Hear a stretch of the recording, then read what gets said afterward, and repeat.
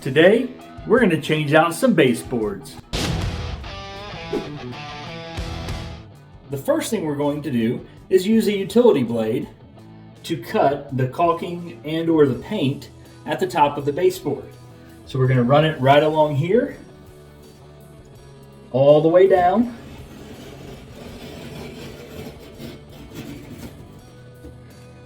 And then someone at some point had caulked the bottom of this baseboard, probably because of some water exposure, thinking that that would stop the problem.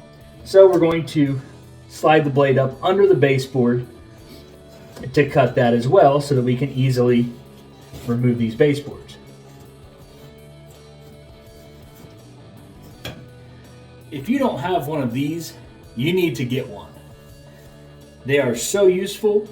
They're about $8 or $10, but the blade, you push a button, the blade comes out, you can flip it to use the other side. It locks in place, just like that.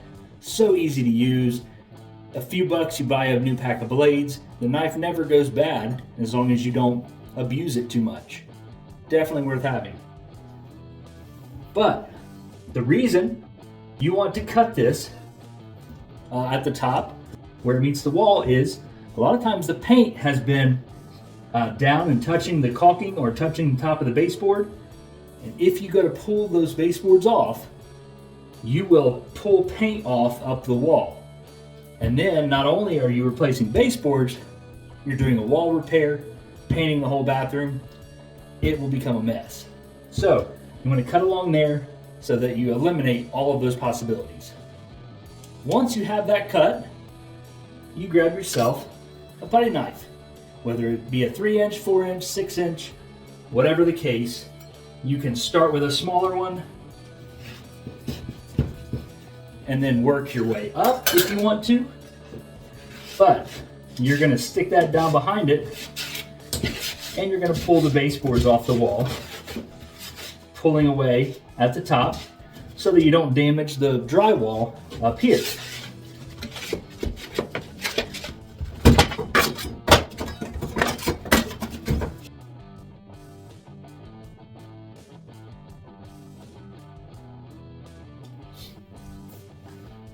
You will need to do a little bit of prep work. So what I did already, I didn't video it, but I did it, is I took off all the caulking along the top here. And you kind of do that with a putty knife, downward motion at an angle, and you just kind of scrape it along there so that it comes off, but it doesn't go sideways or up to rip that paint. You also want to make sure if there's any nails left over that you either knock those in or pull those out.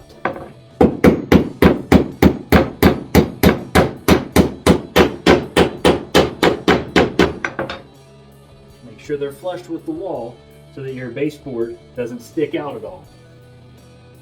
Now, since I have the old piece of baseboard, it's going to make it really easy. I can just line it up with the new piece and mark a place to cut. I'm going to use my utility knife because I don't have a utensil on me, a writing utensil. But I'm just going to make a little mark here. As long as you have the mark, you know where it's at, you can make the cut. It's not a big deal. When cutting baseboard on a miter saw, you typically would stand it up, especially if you're cutting a 45-degree or a 30-degree angle, depending on what you need. It could be a 22.5-degree angle, whatever you need. But you cut it standing up so that that angle matches the next piece that you're cutting it for. Okay, this one I'm actually going to lay down and cut because we're just cutting a straight cut. So it doesn't really matter if it's standing up or laying down. It's usually a little easier to cut it laying down.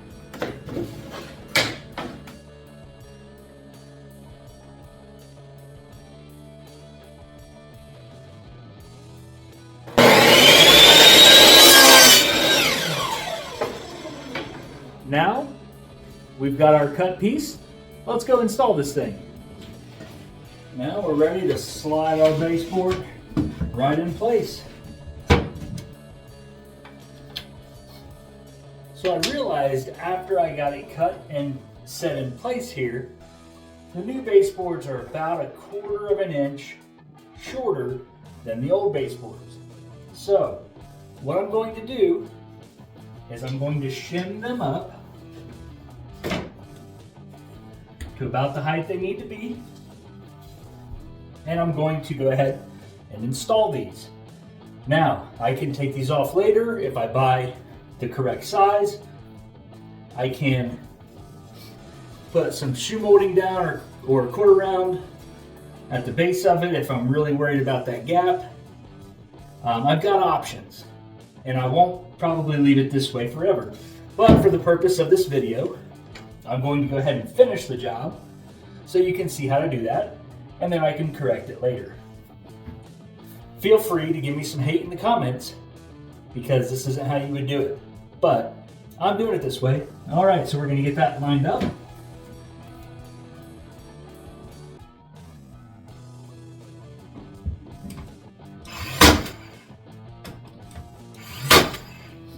Now with your brad nails, you want to put these about every 12 to 16 inches.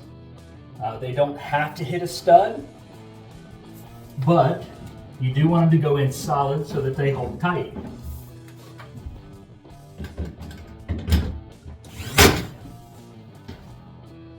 You can always add another one or two if there's any spots where you feel like it's pulling away from the wall. And now we'll pull our shims out.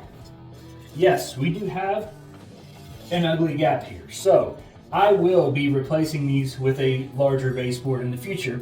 But for the purpose of this video, that is how you remove, cut, and install new baseboards. If you don't have one of these, I would suggest looking into it. This one here was about $180. Uses the same battery that my drill uses.